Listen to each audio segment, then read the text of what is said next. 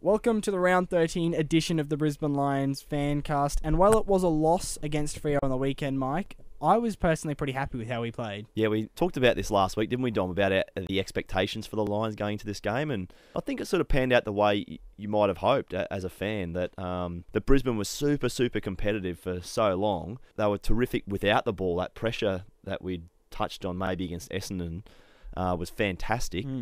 Probably with the ball was where they were let down, like those skill errors and a few errors. It must have been pleasing to see that effort come back after a couple of sort of poor outings against Collingwood and Carlton. Yeah, definitely. And there were plenty of things to take out of the game in terms of individual players, particularly Jordan Lyle. Far and away the best game he's played at AFL level. Clunked some great marks. Was a real presence up there at times and just showed signs that I think everyone who's a Lions fan has been wanting to see from a young key forward for years now. I think that's a good sign. Daniel Rich was used off half-back, partly as a distributor and partly to build his way into the game because he's lacking a bit of fitness. But plenty of encouragement for those guys coming back and looking forward into the second half of the season. And in terms of the young guys, Ryan Lester played one of his best games for the club too. I thought he was really exceptional. Obviously, he's still building a tank. How do you see him, Dom? I know we've probably spoken off air a couple of times about just where Ryan Lester fits in. He's a guy I haven't been able to get a handle on in the first sort of couple of seasons of his career. Do you think he's starting to show? Well, this season for me has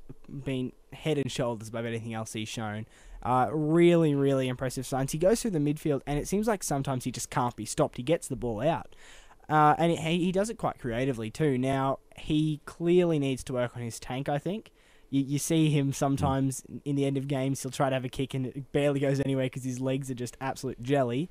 So I think that's a priority for him, but I'm really seeing what Vossi was after in terms of a tall midfielder now. And that'll come. I think it's his third season from memory, so that's still quite immature as far as physically developing goes.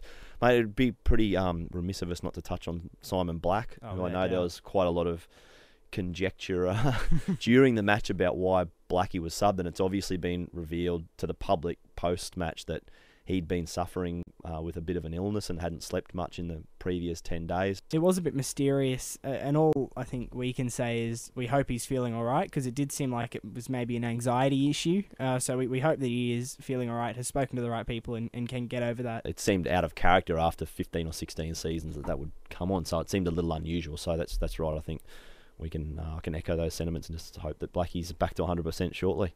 So there was some great new contract news this morning, with both Matthew Leuenberger and Dane Zorko re-signing to stick around at the club, which is really, really great news for our future, I think, Mike. Yeah, terrific. We've spoken about it a bit on this show, the players that are out of contract, and that's two very big fish to land. I think Zorko was always going to stay.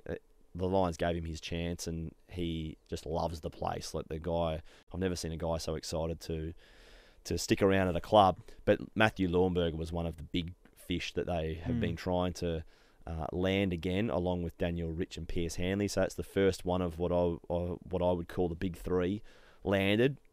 Good statement from Leuenberger too, isn't it? Yeah, interest from other clubs, interest from GWS, reportedly, and a few others around the trap. So nice to say that this is where I want to stay and I see a good future here, isn't it? Yeah, definitely. Here was a bit of what was said by Louis at the press conference this morning. I like the idea of being a one-club player and loyalty and that, so it's something I hold in good value, so I wanted to hang around.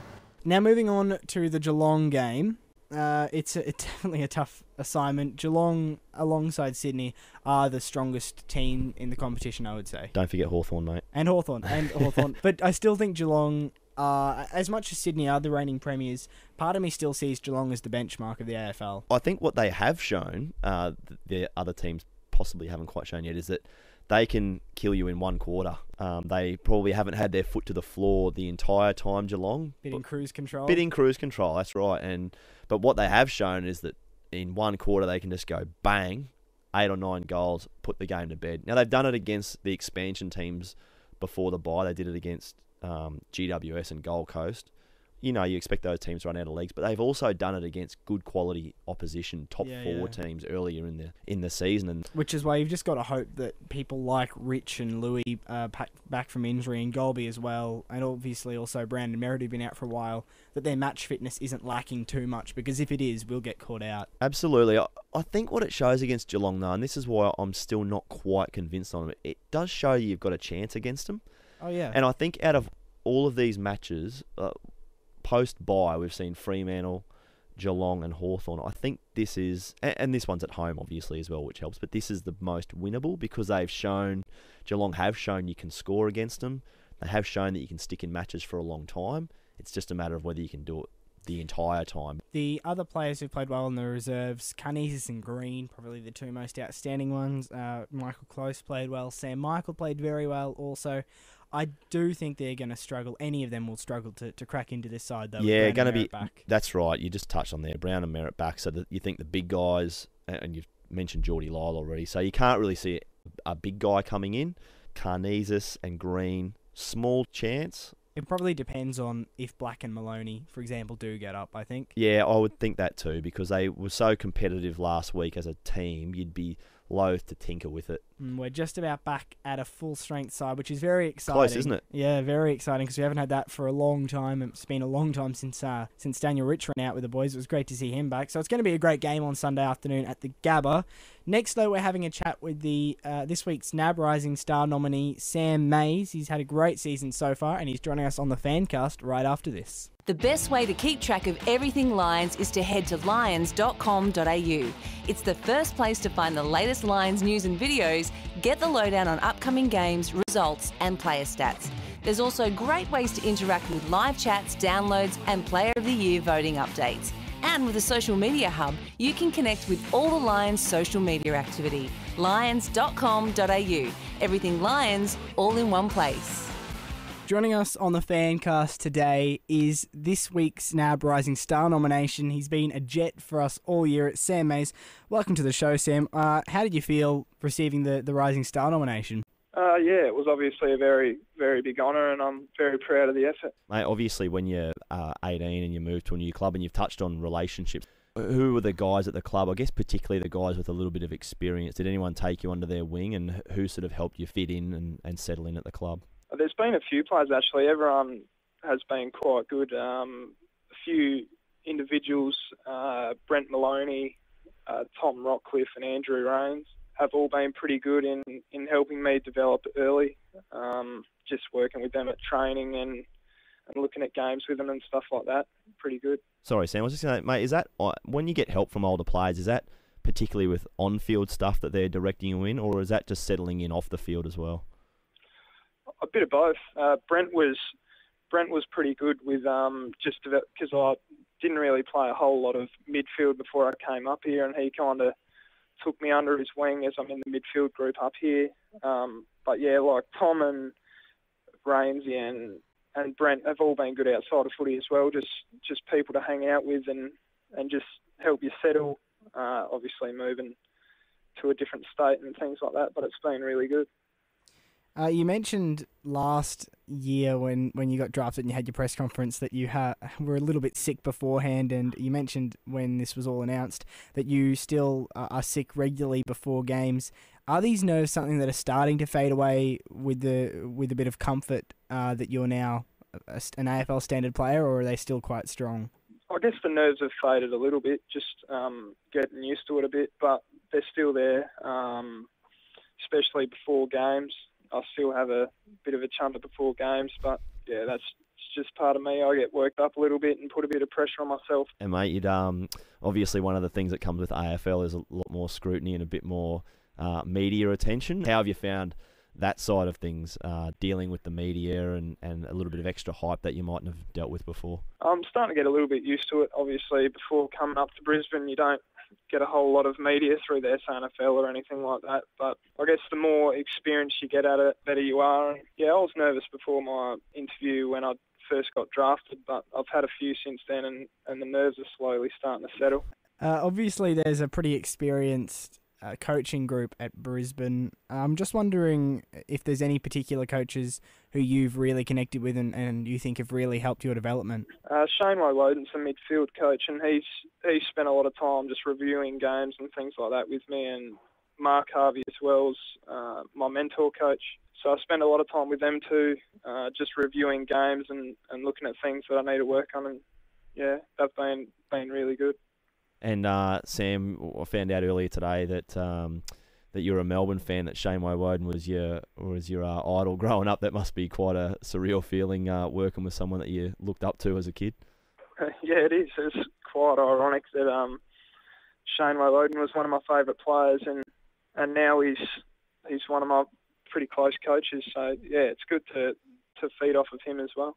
Obviously, the club is currently in plans to build a new training and administration centre, and I know you're not allowed to give any details about where that might be as yet, but I know that there has been briefings about what it might look like, what it might contain.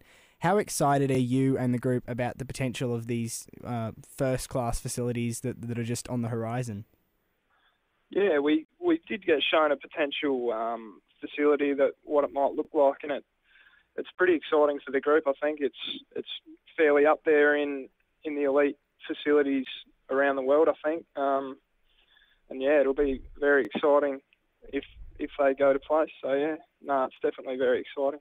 And mate, just one before we let you go about this weekend against Geelong. What are you expecting against Geelong, and can you take a little bit of momentum out of that Fremantle match? I guess as far as your competitiveness goes anyway.